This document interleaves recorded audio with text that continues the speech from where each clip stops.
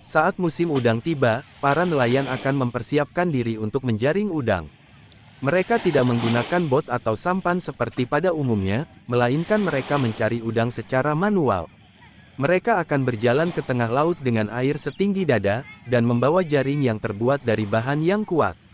Kemudian, mereka akan menjaring udang dengan cara menggeser jaring ke arah yang berlawanan dengan arus laut.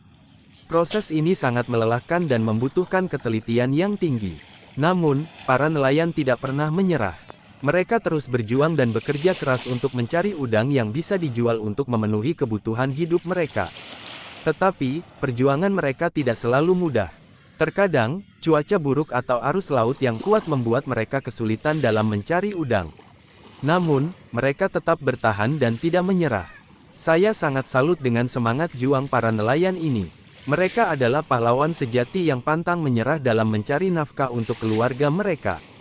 Jadi, itulah sedikit cerita tentang perjuangan nelayan mencari udang di Selat Malaka, khususnya di Aceh Utara. Semoga kita bisa menghargai kerja keras mereka dan memberikan dukungan kepada mereka. Terima kasih sudah menonton video ini, sampai jumpa lagi.